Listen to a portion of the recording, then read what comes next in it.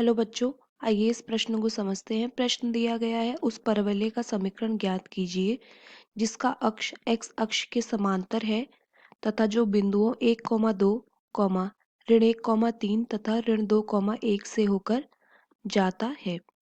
तो बच्चों, इस प्रश्न में जो मुख्य अवधारणा का प्रयोग होगा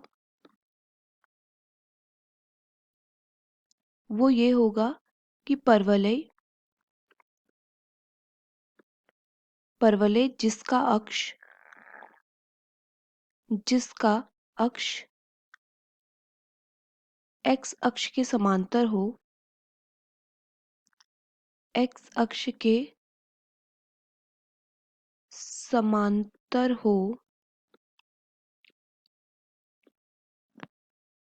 उसका जो समीकरण होता है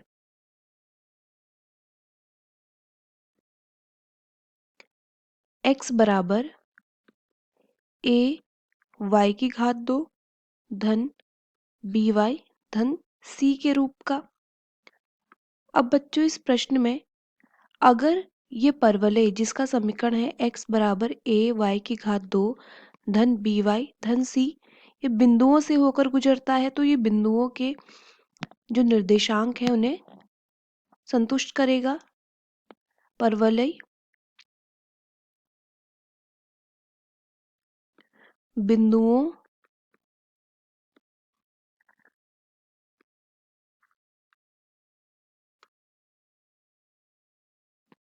एक कॉमा दो, ऋण 1,3, ऋण 2,1 से होकर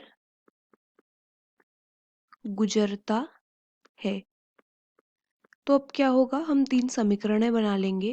पहले तो हम बिंदु को रखेंगे 1,2 को, बिंदु 1,2 रखेंगे तो समीकरण बन जाएगा 1 बराबर a 2 की घात 2 धन b गुणा 2 धन c।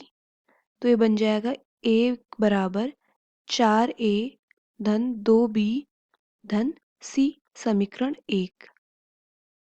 अब दूसरा समीकरण बनेगा जब हम रखेंगे बिंदु ऋण 1,3 को, ऋण 1,3 जब हम रखेंगे तो समीकरण बन जाएगा हमारा ऋण 1 बराबर a गुणा 3 की घात 2 धन b गुणा 3 धन c।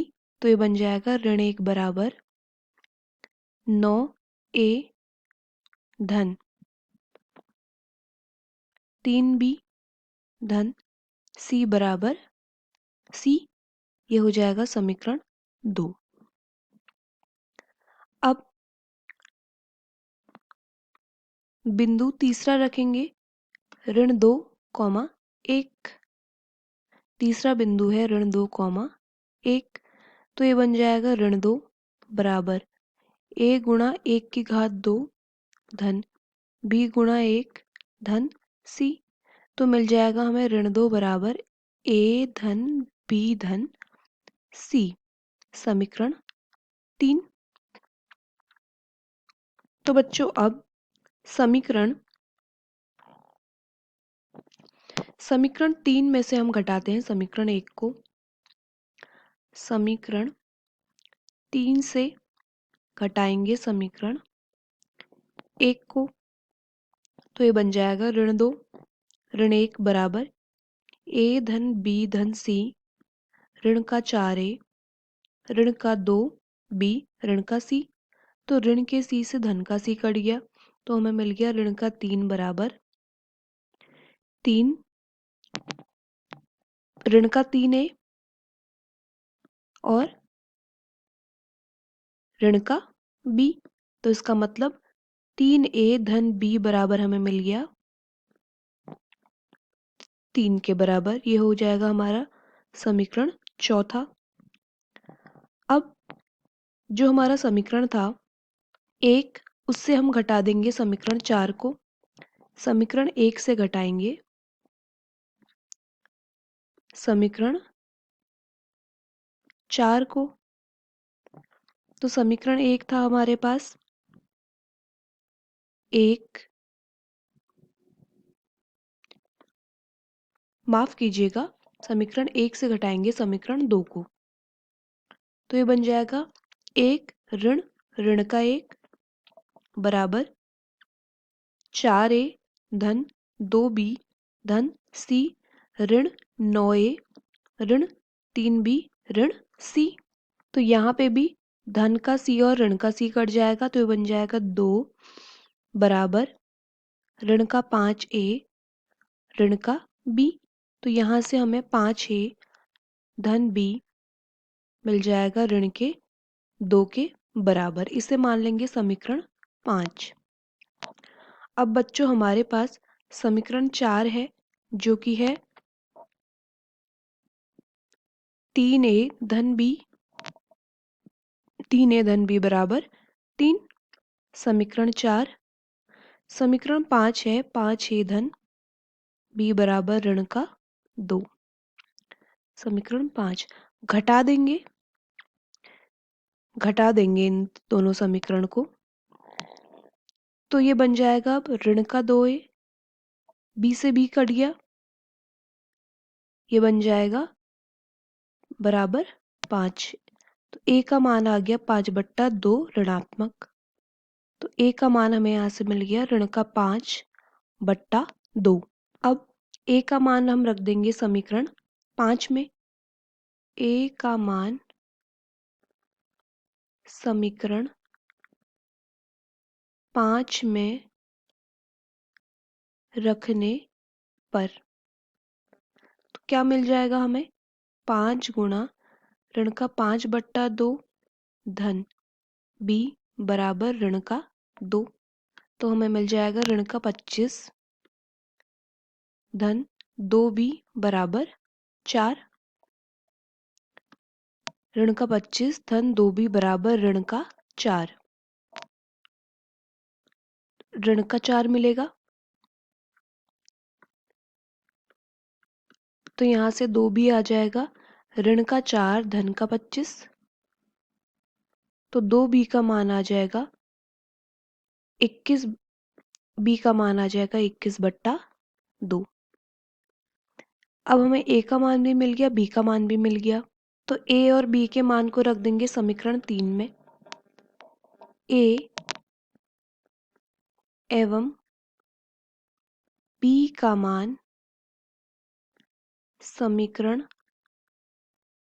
3 में रखने पर तो क्या है, समीकरण 3 ऋण का 2 बराबर a धन b धन c, तो क्या हो जाएगा ऋण का 2 बराबर a का मान है ऋण का 5/2, a का मान है ऋण का 5/2 धन b का मान है 21/2 धन c। तो बच्चों अभी क्या हो जाएगा, ये हो जाएगा ऋण का 2 बराबर 16/2 धन का c, तो ये हो जाएगा ऋण का 4 बराबर 16 धन 2c। तो अब 2c बराबर हो जाएगा ऋण का 16 ऋण का 4, तो 2c बराबर आ जाएगा ऋण का 20, c का मान आ जाएगा ऋण का 10। तो बच्चों अब हमारे पास a b c तीनों का मान है। हमारा परवलय जो कि x अक्ष के समांतर जिसका अक्ष है परवलय जिसका अक्ष x अक्ष के समांतर है, उसका समीकरण होगा x बराबर a y की घात 2 धन by धन c के बराबर। तो ये हो जाएगा x बराबर a b c का मान रख लेंगे, x बराबर a का मान है ऋण का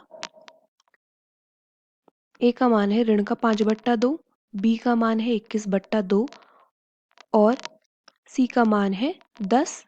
तो तीनों मानों को रख लेंगे, तो समीकरण क्या बन जाएगा, हमारा बन जाएगा समीकरण ऋण का 5/2 y की घात 2 धन 21/2 y धन c का मान है ऋण का 10।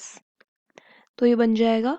तो अब हम लिख सकते हैं इसे x बराबर ऋण का 5y की घात 2 धन 21y ऋण का 10 गुणा 2, लॉस ऑफ भी ले लेंगे साथ में ही, बट्टा पूरे का 2।